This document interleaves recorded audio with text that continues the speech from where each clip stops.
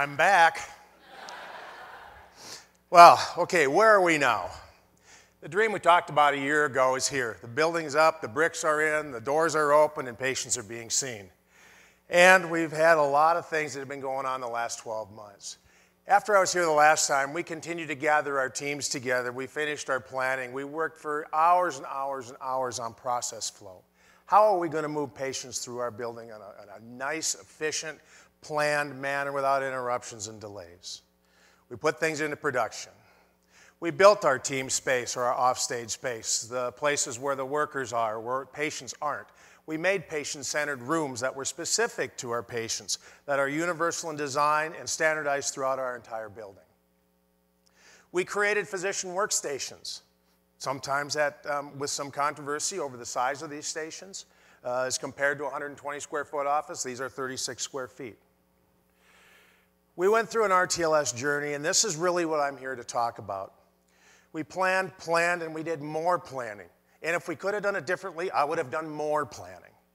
What we underestimated was how complex the task was going to be that we had started out to really perform here. It was not finding a location for something. It was pinging our RTLS badges every couple of seconds, creating thousands and thousands and thousands of data points so that we might be able to look at those and do a much better job of what we were doing. Someone told me one time that culture eats strategy every time, and I would argue with you and say it does not. It depends on the strategy that we use to approach it. Do people mind wearing tags?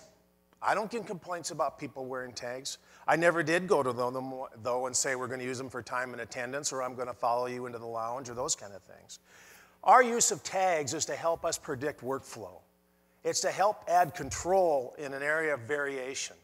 It's to let people know when the next patient is in the room. It's not guesswork. It's preparation.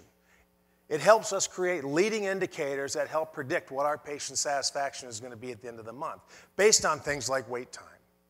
How did we get an attitude like that? I think it was based upon learning how to reframe. When you're making big change like this, it's trying to identify what is the real value that a nurse will get, that a doctor will get, that a patient will get. What's better for them? Not the fact that we're going to monitor, because frankly, we don't monitor. We look at patient milestones. We look at a registration time, a rooming time, a doctor time, a discharge time. Those are the things that we're trying to improve here. And we designed our entire building around flow. So I want to talk a little bit about a snapshot of where we are right now with waiting time, self-rooming, room utilization, and cycle time. And just for a quick definition, self-rooming means I'm going to come into the clinic, I'm going to stop at a registration area, I'm going to be greeted, I'm going to be given a badge, and I'm going to be asked to just carry this badge with you wherever you go so we can do a better job of the work we do. So, where are we?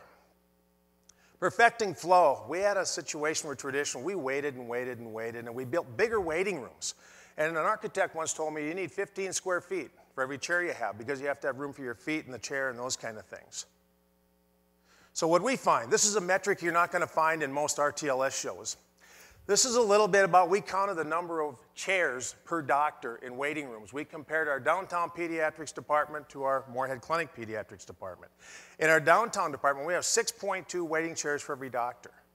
In our Moorhead Clinic, we have 2.8 chairs for every pediatrician.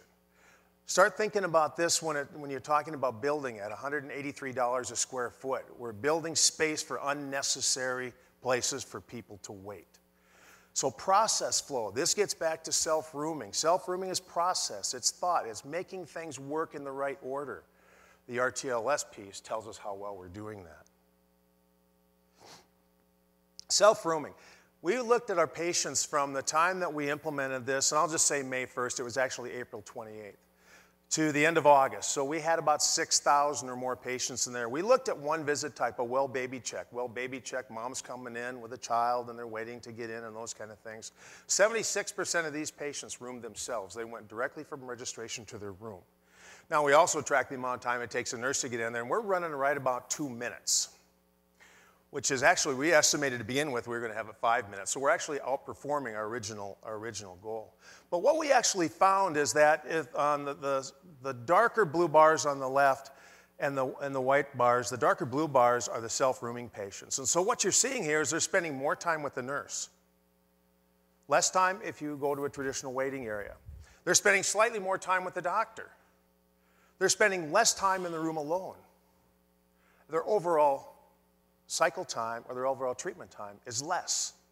Now, if you're a mom with a fussy baby, quick in, quick out, more time with the nurse, more time with the doc, seems to me that adds value. So those are the kind of things we're trying to do. What about, physical examinations, one of the longer visits we have, and this is, again, looking just at family medicine.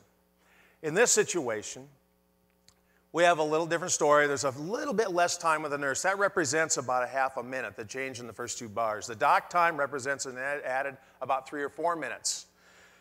The overall time in the room without somebody, again, is less. I can't explain it yet because this is a snapshot. This is where we are today. This data, by the way, is about a week old. But the overall cycle time or length of the visit is less, again.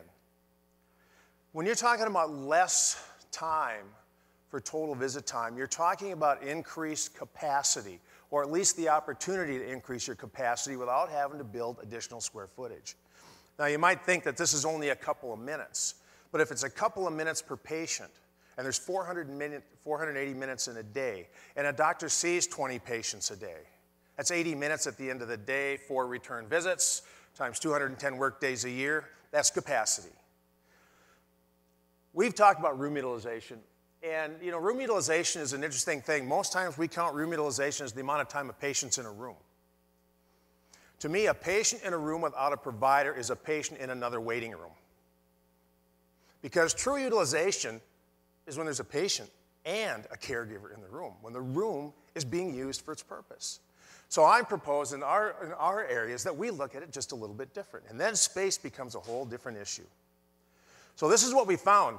We took 2 exam rooms, just a couple of exam rooms apart, same area, 2 different doctors. Exam room 114, the left bar demonstrates the total time a patient's in a room. The right white bar demonstrates the amount of time the doc was in a room. So we got 2 different things going on here, and we're only a room apart. What's going on? I got twice the physician utilization. So right away I look at this and I say, we must be scheduling this room wrong. Look at the data. Understand the data, because what happened here is the doc in room 114 got a little warm, took her lab coat off, to which her tag was attached to, and put it on a chair. So it didn't count her going back in the room. That's the importance of the data that we have and the level and the granularity that we have to begin to make decisions that are based on good stuff. So, what do we got left?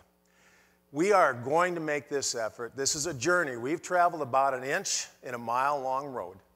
We are going to do this. We have a staff that is incredibly gifted to do this. We have engineers, Jim Ingolstadt and his team, who have helped us plan this process.